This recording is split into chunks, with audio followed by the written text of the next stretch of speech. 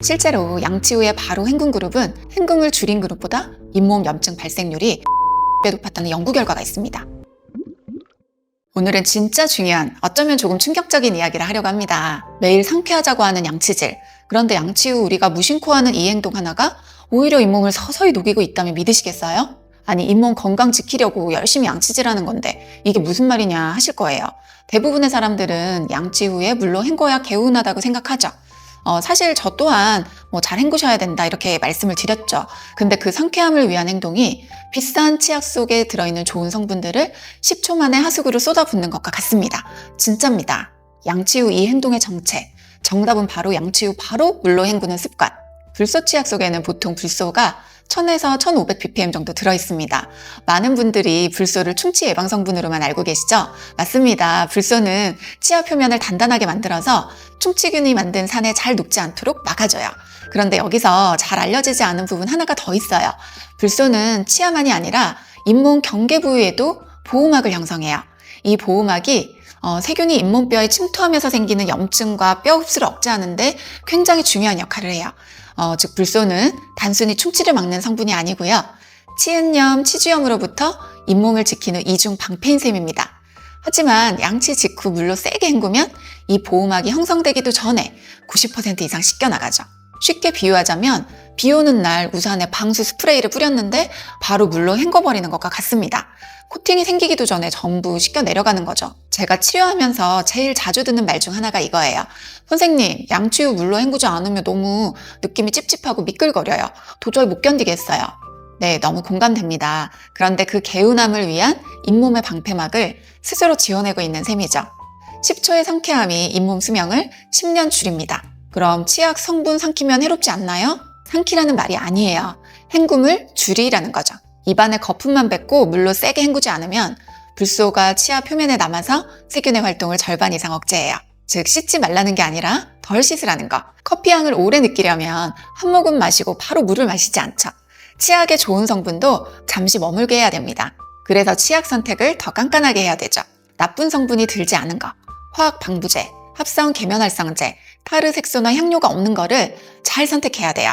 그리고 이렇게 헹굼을 줄이는 시간 또한 중요합니다. 이 방법은 아침, 점심 시간보다는 취침 전에 권해드려요. 자기 전에 치약으로 칫솔질 후에 10분 이상 침을 뱉고 자는 방법이죠. 잠잘 때는 침의 분비량이 줄여서 삼킴이 줄어들어요. 사실 유럽에서는 불소 치약으로 칫솔질 후에 헹구지 않고 자는 것이 원칙입니다. 최근에는 이런 이야기를 제가 들었어요. 요즘 치과 가면 잇몸 치료는 없고 무조건 발치하고 임플란트 하래요. 안타깝지만 현실이에요. 잇몸이 녹았다고 해서 모두가 발치 대상은 아니죠.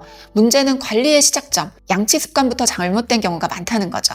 잇몸을 살리는 건 고가 치료가 아니라 매일의 작은 습관 변화에서 시작됩니다. 잇몸이 얇거나 염증 이력이 있는 사람은요, 이 헹굼 습관 하나가 더 큰 손상으로 이어져요.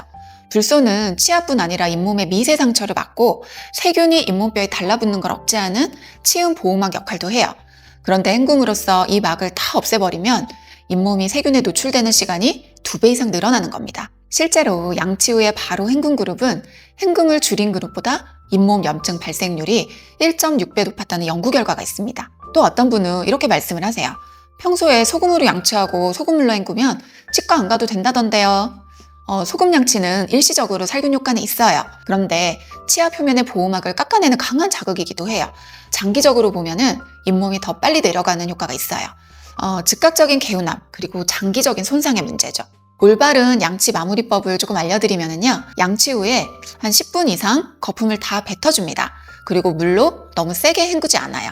불소 치약을 사용하면 30분 동안 물이나 음료를 섭취하지 않아요. 근데 만약에 너무 거슬리면 한 모금 물로만 가볍게 헹궈줍니다. 이렇게 하면 잇몸뼈를 녹이는 세균의 활동이 최대 60%까지 억제가 되죠. 마치 스킨 바르고 바로 세수하지 않는 것과 같아요.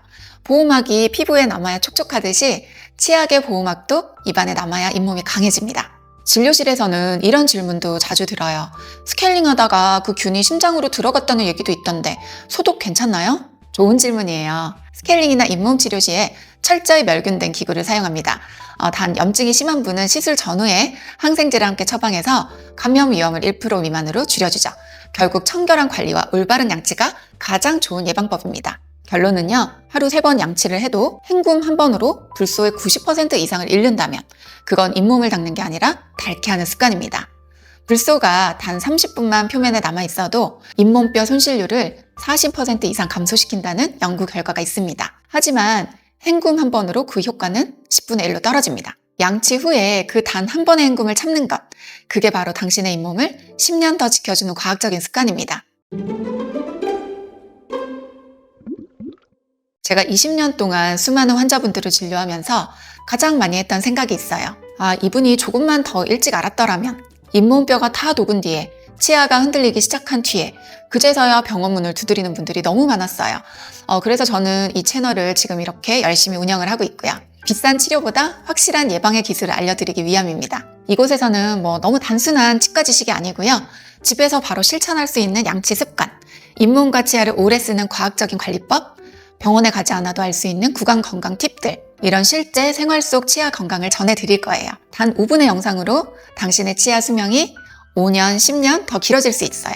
그러니까 지금 구독 버튼 눌러서 내 치아를 지키는 첫 번째 습관을 만들어 보세요. 좋아요 한번, 댓글 한 줄이 저에게는 예방치과 의사로서의 사명을 이어갈 힘이 됩니다. 저는 앞으로도 치아가 아프기 전에 미리 막는 법을 꾸준히 알려드릴게요. 치아 교정에 관한 내용도 간간히 알려드릴 겁니다.